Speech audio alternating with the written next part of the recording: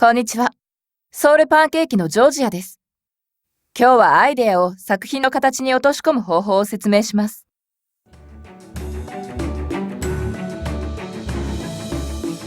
制作で一番難しいのはアイデア出しですよね。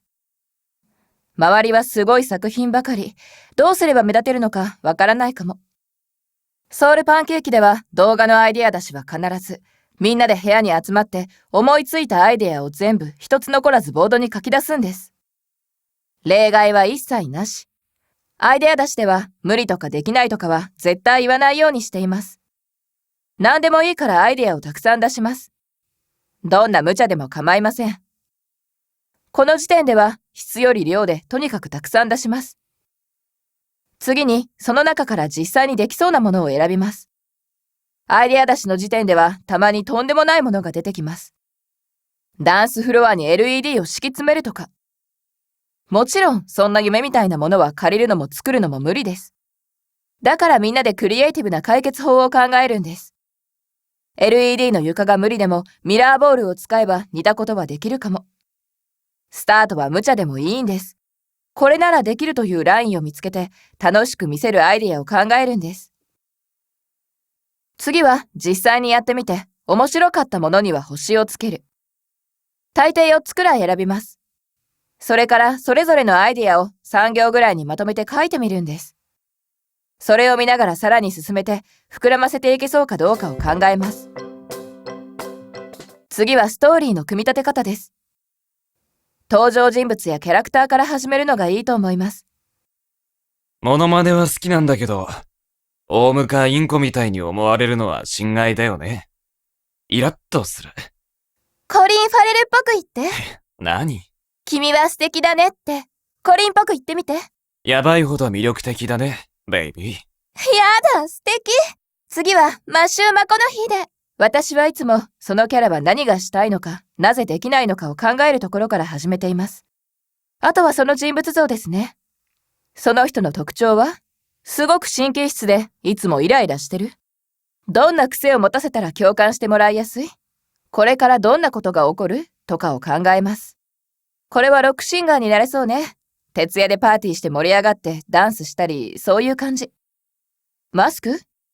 もしも私が創作ダンスを踊るなら、これを被るかもね。変身願望がある人は、ちょっとナーバスだけど、創作ダンスは得意なの。どう見ても鳥よね。ちょっと怖い感じ。なんだろう、子供のせいで怖く見えるのかな。誰でも自分と似た問題を持つキャラに共感します。詳細はともかく、ストーリーで何が起こるか、キャラクターがどんな問題や問いにぶつかるのかを考えていきます。目が離せない展開にするには、この先どうする？ポイントは、キャラがしたいことと、その解決の間に葛藤があること。そこにストーリーが生まれます。シリーズものを作ったんですが、主人公の2人はスターの真似がすごく上手いんです。でもモノマネはやめて役者になりたいと思っている。でも入る仕事はモノマネばかり。やめたくてもやめられないんです。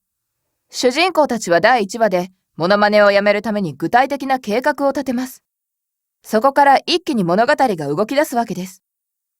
つまらなければ見てもらえない。だから見たくなる理由を作るんです。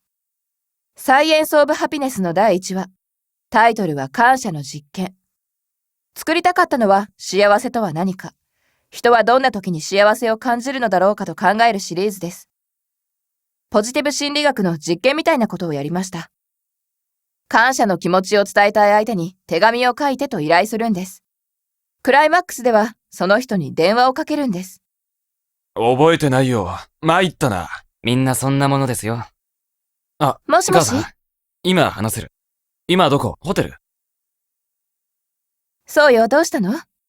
悪いニュースじゃないわよね。違うよ。今ちょっとテレビに出てて。一番影響を受けた人は誰かって聞かれてさ。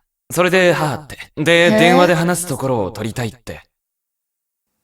あら、すごいじゃない。視聴者の心に何か残るものを作りたかったんです。感謝の気持ちがあればきっと幸せになれると思う。人を引きつけるのに驚きって大事だと思うんです。キャラの親近感が増すし、見ている人も目が離せなくなるから。最後は視聴者の好みに合わせて調整する方法です。共有するときにはいろいろな気持ちが込められています。とか、へーとか。楽しい、泣ける、ショッキングだとか、誰に見てもらいたいのか、見たいと思えるか。もっと言えば、全体を見てもらえるか、共有したくなるか。視聴者を引きつけるのは、親しみと共感だと思います。だから新しいキャラを出すときには、その人となりも見せます。視聴者をアイディアの鏡にすると、反応も良くなるし、コミュニティもできてきます。視聴者が OK なら、次は自分が楽しむことも考えないといけません。動画を作るのは大変な作業です。楽しくないと続けられません。自分のアイデアをいい作品にする方法は、クリエイターアカデミーの動画で学べます。ソウルパンケーキはこちらからどうぞ。ありがとうございました。